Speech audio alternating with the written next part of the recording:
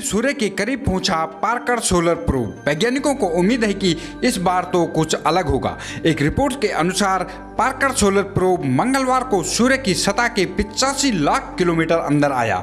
यह सूर्य के साथ इसका 13वां नजदीकी अप्रोच था। जी हाँ दोस्तों, अद्भुत गैलेक्सी में आपका हार्दिक स्वागत है।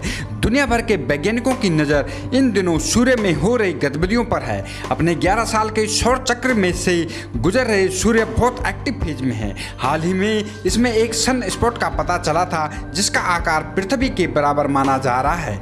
इसके चलते सूर्य में विस्फोट हो रहे हैं और कोरोनाइल मान इंजेक्शन और सोलर फ्लेयर्स निकल रहे हैं। ऐसी स्थिति में किसी स्पेस क्राफ्ट का सूर्य के नजदीक जाना भी खतरनाक हो सकता है।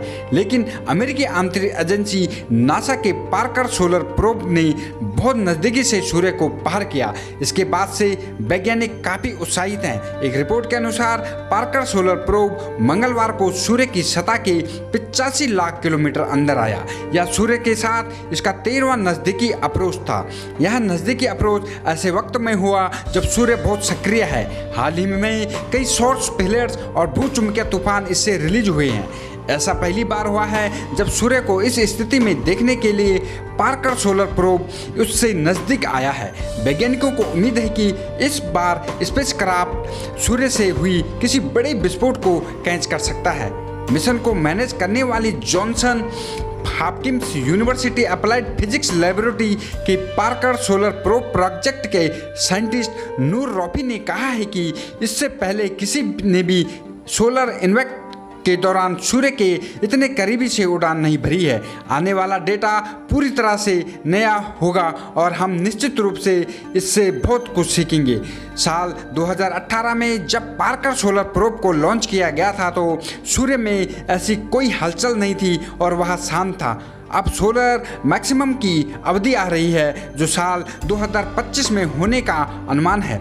अच्छी बात यह है कि मौजूदा नज़दीकी अप्रोच के बाद भी पार्कर सोलर प्रोब के पास 11 मौके और बचे हैं। वैज्ञानिकों को उम्मीद है कि इस बार भविष्य में भी यह स्पेसक्राफ्ट कुछ और बेहतर सौर घटनाओं को हमारे सामने लाने का काम करेगा। नूर नौफी ने कहा है कि सौर हवाओं को और सूर्य के कोरोना के बारे में हमारा दृष्टिकोण अब बिल्कुल अलग होगा। हम यह देखने के लिए बिल्कुल उत्साहित हैं कि हम आगे क्या सीखेंगे। गौरतलब है कि सूर्य को बाहरी वातावरण कोरोना पार्कर के ऑब्जर्वेशन का प्राइमरी टारगेट होगा। तो दोस्तों, जानकारी कैसे लगी प्लीज़ कमेंट्स कीजिए और यदि आप चैनल पर पहली बार विजिट कर रहे हो तो चैनल को सब्सक्राइब कीजिए। धन्यवाद।